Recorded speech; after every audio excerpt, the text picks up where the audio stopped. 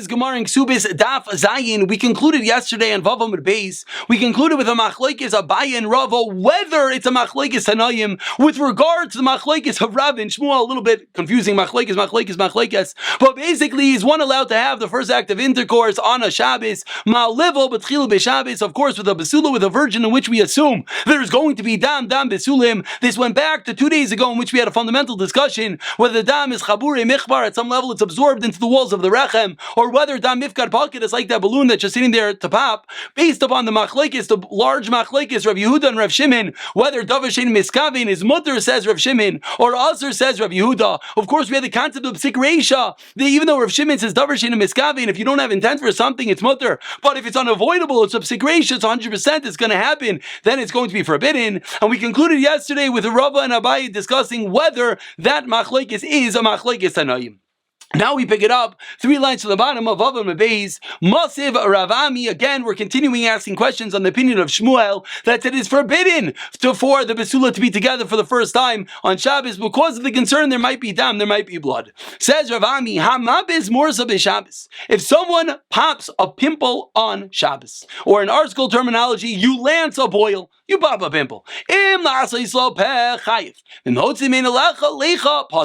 question is, when you pop that pimple, why are you popping that pimple? Are you doing to get rid of the leicha, to get rid of the pus? Why would you do that? Because that's what removes the pain. Then it's allowed. But if you're doing it lasis la peh, you're doing it to make an opening. That's forbidden. Why is that forbidden? Because baina, you're building in the person. You're making an opening, and that's how you're going to heal the pimple. And therefore, it is forbidden. Just to point out before we go further into this Gemara, and it actually has to do with yesterday as well, whether lemaisa whether there is a din of baina building by a person is in truth a tremendous machlokes. We're seeing over here the Gemara is taking on for Davar Pashid. Yes, indeed, it comes out to be a machlokes. We shine him all the way to lemaisa a machlokes hapaiskim. And the cases this is nageya. Many cases, just one interesting case is in a arm that becomes dislocated. Are you allowed to pop it back in, or do we say that's baina? You're building the person.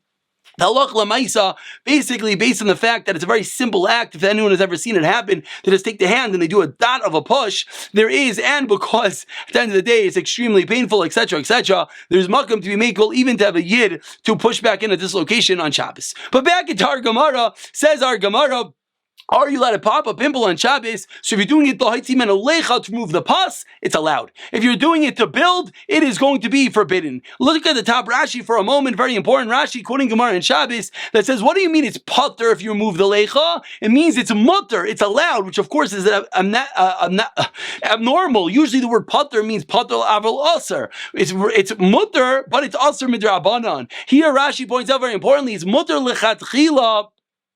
It's mutter lechatchila, and says the Gemara, this is the kasha. What's the kasha? As Rashi speaks out in the second line, according to Shmuel, that says it's also levo b'tchila b'Shabbos. Why is it forbidden? We see over here that if you're doing it just to remove the dam, to remove the pus, is akin to removing the dam of the dam b'sulim, so it should be mutter. Answers the Gemara, no, there's a scientific difference between a pimple and between the b'sulim in the woman. Hasam pakid v'akir, hacha pakid v'loy akir. Hasam by the pimple is pakid va'akir. The fluid, the pus, is collected and detached. It's almost off the body. So when you pop that pimple and it pops out, nothing is coming out of the body. Hacha, but by the besulim, paka va'akir. It's true, like we said, it's like that balloon that you're popping the balloon, but at some level it's still attached to the body. As Rashi points out, it's nivlek sas in the walls, and that's the reason why Shmuel will hold it's still forbidden. Says the Gemara 2 lines down on Zayin Amar Aleph, Rav Ami shar lemivel b'tchila b'Shabbos amar l'Rabbanan v'lo ksiva Kesubos. So Rav Ami says, you're allowed to have the first act of intercourse like the opinion of Rav. Amar l'Rabbanan. So ask the Rabbanan the 3rd line in 1 second. V'lo ksiva Kesubos. You did not write the ksuba. So how are you allowed to be together for the first time on Shabbos? We're assuming over here what's going on is that they didn't get married prior, and therefore, why are you allowed to do it? And of course, the Rishonim here deal with why was there not a ksuba in? It seems that sometimes they wrote the ksuba after the chasana. So ask the Gemara, how are you allowed to sleep together for the first time on Shabbos if there's no ksuba? Amar lo, you know why? After suah metaltalin, the case is referring to that they're going to grab the metaltalin as Rashi over here on the fourth narrow line says, you're going to give him some movable projects, you give him some movable items as a mashkain, as a collateral that you're going to eventually pay and write up a ksuba. Says the Gemara, Rav Zvid Shar L'Mivul B'Tchil B'Shabbos. Rav Zvid says you're allowed to have this first act of intercourse. Again, Rav Ami said it's allowed. Rav Zvid said it's allowed. And of course, from yesterday, we know Rav said it's allowed. And Igad the Army says the Gemara, not only did Rav Zvid say it's allowed, but Rav Zvid Gufei Ba'il B'Tchila B'Shabbos. And similarly continues the Gemara, Rav Yehuda Shar L'Mivul B'Tchila B'Yomtiv. Rav Yehuda says you're allowed to be the first time together on Yomtiv. So do we have Rav Ami, Rav Zvid, and Rav Yehuda all allowing the first act of intercourse on a Shabbos. But Rav Yehuda said Yomtiv. Says the Gemara. Omer Rav Papi Misha Mei Derava. Loi Tema B'Yontiv Shari Habi Shabbos Aser. Don't think, what did Rav Yehuda mean? It's mutter on Yontiv, but not Shabbos. No. Tu Adin Afilu B'Shabbos Nami Shari. Oh, Maisa Shayakachaya. You know why Rav Yehuda said Yontif? That was the story. The story was that they slept together the first time in Yontif. But of course, says Rav Papi, it's indeed mutter even on Shabbos. Rav Papa, Mishmei Derav, and of course, often we have Rav Papi and Rav Papa. So Rav Papi said the name of Rava, it's mutter on Shabbos according to Rav Yehuda. Rav Papa says the name of Rava, Amar, B'Yontif Shari, but Shabbos Aser. Rav Yehuda was specific when he said Yontif, but on Shabbos, it's forbidden. Why? Amrli Rav Papi, Rav Papa, my taitach. What are you talking about? Why is it mutter and Yontif and Aser and Shabbos? Do you think that the reason is? Are you going to tell me that there's a special dispensation on Yontif? You know why? Because since kindling, making a fire, I skipped. Because chabura, making a wound, is mutter. L'tzayrech, you're going to allow it even when it's not a tzayrech? If that is true, alameata, you know it's going to come out. According to you, Rav Papa statement, mutter lasa is mugmar b'yantif. You should be allowed to make mugmar. What is mugmar? Rashi says is they take some incense, you took some besamim, and you put it on fire. Why did they do it? They did it to make their house smell good, make their utensils and their clothing smell good. So says Rav Papi, if you're right, Rav Yehuda, you should even be allowed to do this act of mugmar, putting these besamim on a fire to make this incense on Yantif. Why? Just similarly, and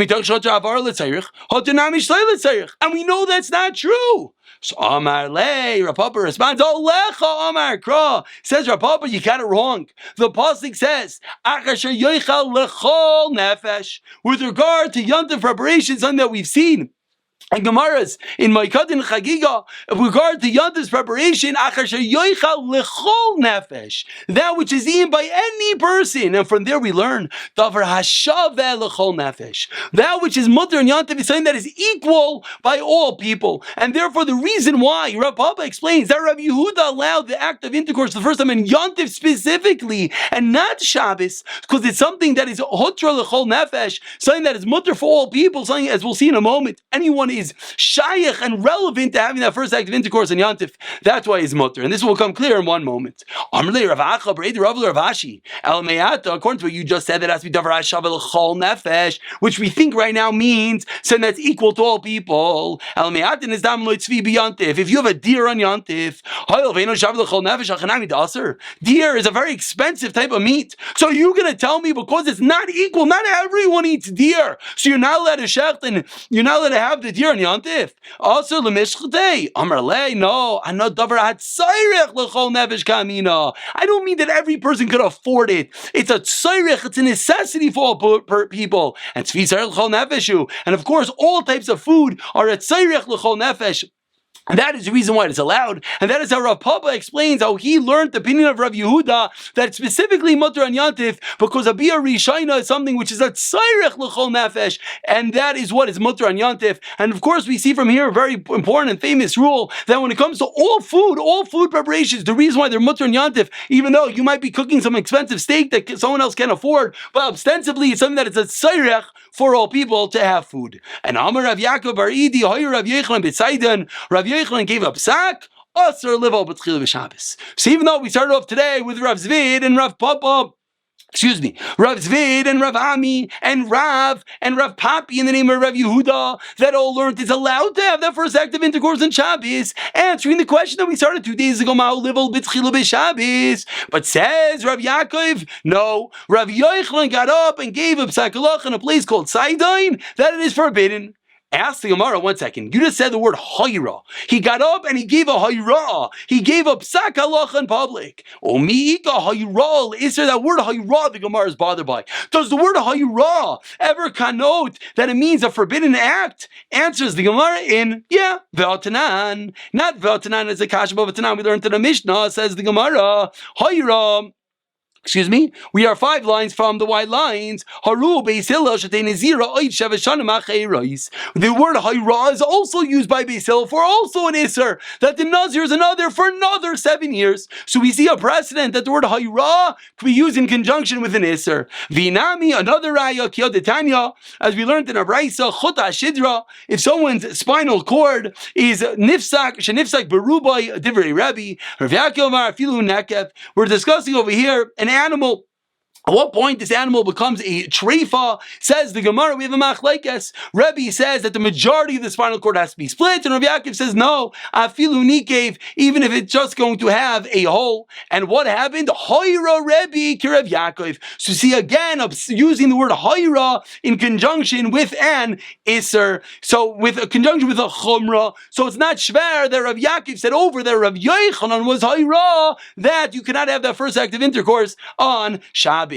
Amar Ravuna ein halacha Rav Yaakov about this last brayso. So what is called a treifa, whether you need the majority of the spinal cord split or whether you need one whole. Send Ravuna, we do not paskin like Rav Yaakov, and rather we need to have, like Rebbe, the majority of the spinal cord split. Now, says the Gemara, a different way of learning Rav Yochanan. Again, 7 lines, 8 lines from the white lines. Rav Yaakov Bar Idi said that what Rav Yochanan say? Aser levo b'tchil b'Shabbos. Rav Nachman Bar Yitzchak Masni Achi. He learned a little bit differently in the first white line. Amar Rav Avua, Shol Rav Yishmael ben Yaakov de Minsur as Rav Yochanan b'Tzaydin. Rav Yishmael ben Yaakov from the place called Tzur asked Rav Yochanan in Tzaydin. Va'ana Shemiya Ma'u levo b'tchil b'Shabbos. He said to him, and I overheard, what is the din with regard to one having the first act of intercourse in Shabbos? V'amar lei, and Rav Yochanan responded, aser. But concludes the Gemara, 2.5 day discussion, v'helchasa mutter level b'tchila b'Shabbos.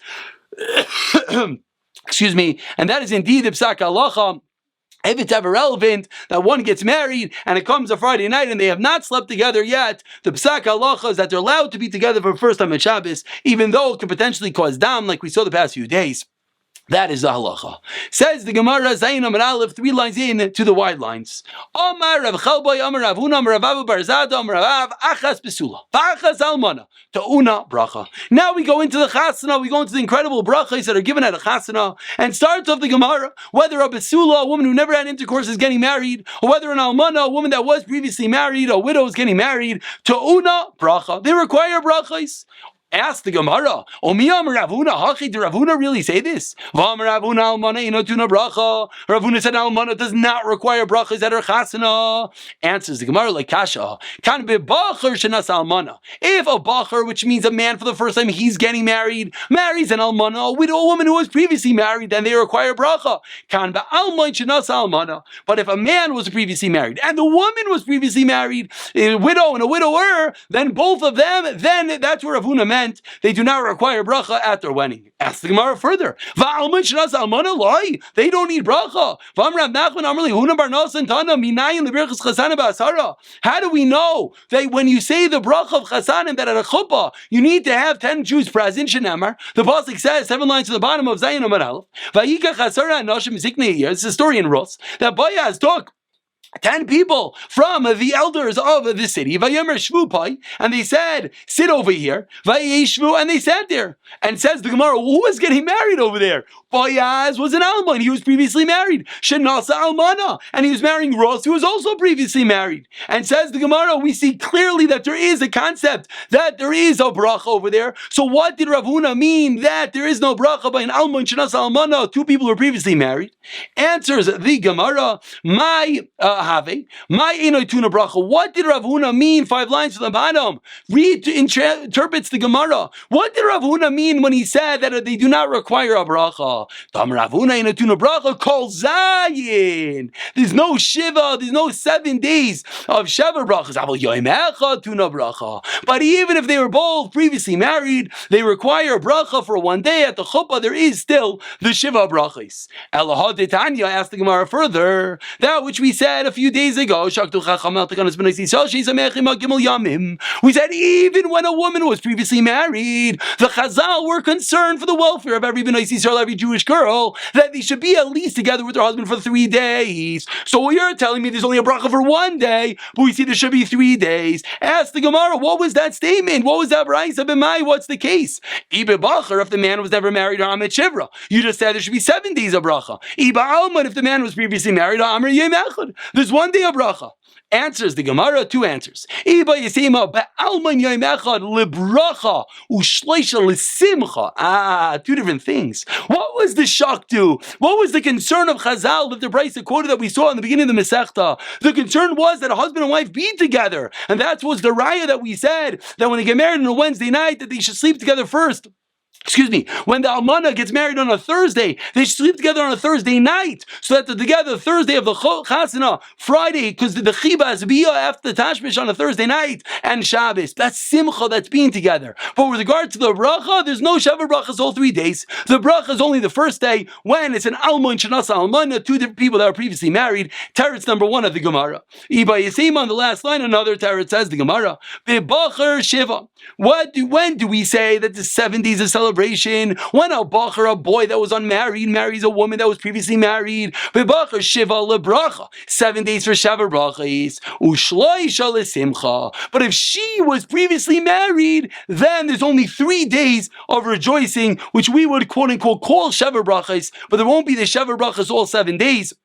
But rather, Shiva lebracha, incorrect. Shiva lebracha, says the Gemara, again, one more time. A bacher, a boy that was previously not married, and a woman that was previously married. A bacher marrying an almana, there are 7 days that you make the bracha, but there's only 3 days that they're required to be together. So again, for 7 days, if they're together, there will be Shavuot brachas, but they're only required to spend 3 days together. And now we turn over to Zayin Amid Beis, ask the Gemara, based on the 2 answers that we just said. Because what did we just conclude on the bottom of Amud Aleph? We just said that if a woman who was previously married, an almana, marries an almoin, what do we say? The second teretz just taught us that there still are 7 days of Sheva brachas. Meisvei asked the Gemara, Mevarchen lebesula Sheva. It says in our brayso there's 7 days of brachas for a besula. Ulalmana Yom Echad, only 1 day. My love, what's the case when an almana, a woman who's previously married, only has brachas for 1 day?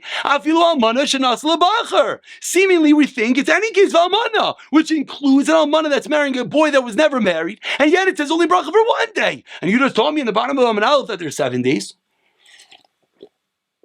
Says the Gemara, loy. It's not what it's referring to. La alman is referring to when an almana marries an alman, a widow and a widower, 2 people that are previously married. That's when there's bracha for 1 day. But says Gemara, 1 second. Aval lebachar. So let's imply. But what happens if the boy was not married? My Shiva. So you're going to tell me, like you said in the second teretz on the bottom of Amud Aleph, that there are 7 days of bracha. So what should this brayso have said on top of Amud Beis? Listening, mevarchen lebesula Shiva, ulalmana shnesis lebachar Shiva, ulalmana Yom Echad. Says the Gemara, it should have spoken out that if the almana is marrying a bracha, then there's 7 days. If the almana is marrying an almoin, then it's 1 day. So from the fact, that the brayso did not speak it out, and it just said mevarchen lebesula Shiva, ulalmana Yom Echad, seemingly is a kasha. Seemingly shows us that there will never be a case, even if she's marrying a bracha, there will not be 7 days of rejoicing. Says the Gemara, milsa psikta katani, teleka psula debatzim Shiva, like almana debatzim Yom Echad. Says the Gemara, we go with a milsa de psikta. We go with something that's clear. And this is a really important rule with braisas. And this really puts into perspective lots of Gemaras. Many times people are bothered that the Gemara quotes a braisa or the Gemara quotes a Mishnah. And then what does the Gemara say? And we start cutting and pasting it. And why? What's going on? You know why? Because when Brises and Mishnayos were written, they wrote it clear cut. Milsa psikta. They only wrote things which were absolute, but that by doing that, it leaves out other cases. And that is the reason why the Brises said, Deleka besula debatzim yeshiva. Anytime the woman is a psula, she's a virgin, she never had relations, automatically 7 days of bracha. And v'leka almana debatzim echad. And there's never an almana that has less than 1 day. It's true. The Gemara is concluding, if the almana is together with a bacher, it will be 7 days. What did the brayso mean, almana? It's 1 day. There's never less than 1 day. Meaning, it's at least that. If it's almana with an almon, then it'll be 1 day. If it's almana with a bacher, it will be 7 days. Says the Gemara, we're at the 2 dots, about 8 lines down on Zayin Mabeis, Gufa. Let's go back to what we just said a moment ago, the statement of Rav Nachman. Rav Nachman. On the bottom of the Amid, we quoted. Now, where do we know? And this was the Gemara's question over there on the question of Almon and Almana, the story of Rus and Bayas, that the Gemara over there was asking, that we saw over there that there were brachis. But now the Gemara says, let's go back into that story a little bit. How do we know that we need to have 10 people by Birchas Chasanim, Shenamar, as the Gemara quoted the Pasuk in Amud Aleph, and they took 10 men, and they said to sit over there, and they sat there. Ravu says another source. That in the assembly he blesses Hashem, Mimakar from the womb literally of Klal Yisrael. So we have 2 different sources. How do we know the Birchas Chasanim and each and every chuppah that we go to? Ever wonder why do we need to have 10 people to hear the brachos? Which, by the way, causes big nafkaminas alach lamaisa. For example, this is the reason why sometimes people won't use a microphone, or at least there should be 10 people close enough that could hear if there wasn't a microphone, which will allow there to be a microphone. The reason in Corona this was very relevant. What's the reason? 2 sources, either from Rus and Bayaz or b'Makilus Baruch L'Kim Hashem Kar Yisrael. And now in the classical Gemara game of ping pong, we have Rav Nachman from Rus and Bayaz, we have Rav Hua from b'Makilus, and each one wanting to learn like the other. Rav Nachman by Karad, Rav Hua, my Dar Shibei. What does he do with the pasuk of Rav Hua? Different brisa.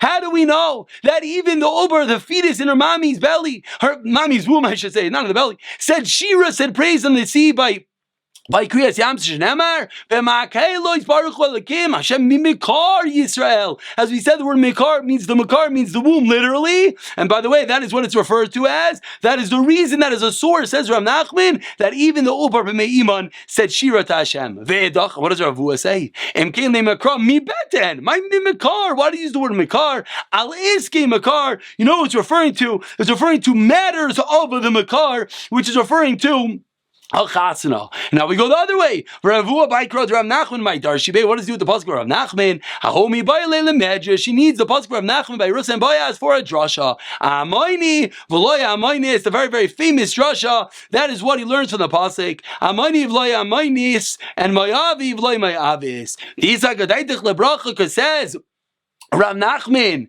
says Rav Hua. This is the pasuk of Rav Nachman one more time. Says Rav Hua, if you're going to tell me that this pasuk of Rus and Bayaz is going to teach me that there was a bracha, lo sagid lav zakenim. Why did Bayaz get 10 zakenim there? It must be that the zakenim, the elders, were there because this was a very important matter. What was the matter? They were darshaning one of the most famous drashas. David HaMelech came from here. Amani v'lay amani is mayavis lo mayavis. Ve'edach. And what does Rav Nachman say? Yisagadaytach lemedrash lo sagid lav asara. Why would you need 10 people there? If you're just darshaning a pasuk, what do you need 10 people there?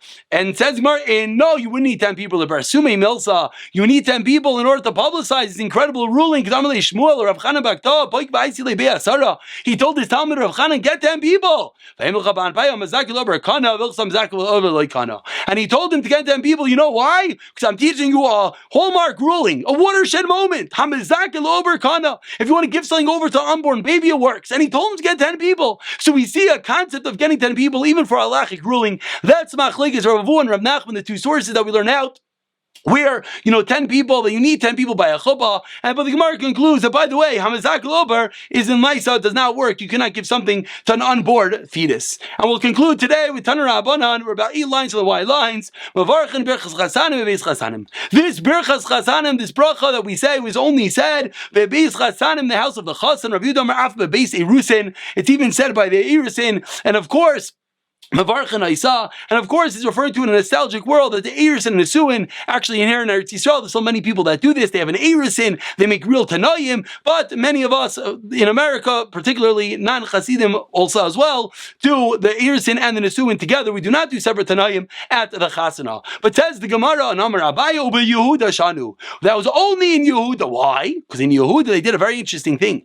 After the Erusin, and they should be they would have Yichud, and that was the reason why they said these incredible brachas in the place called Yehuda. Tani Idach, another braysa. Says the Gemara, Berachas Erisin Mayim Mavarich. What is the bracha of Erisin? Ravin Bar Ravada Rabba Ravada Tarvayim Mishmeiter Rav Yehuda Amar. We're 3 lines from the white lines. Baruch Atah Hashem Elokeinu Melech Haolam Asher Kiddushanu B'Tzayis V'Tzivanu.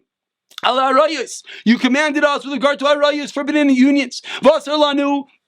And you said that once his erisin, the person is forbidden. And you said that once you have nisu and once you get together a real marriage, you're now mutter. How is that done? With choba and kedushin. And Rav Acha Brei de Rava Mesayim Ba Mishmei Rav Yehuda, he said no, the bracha ends a little bit differently. And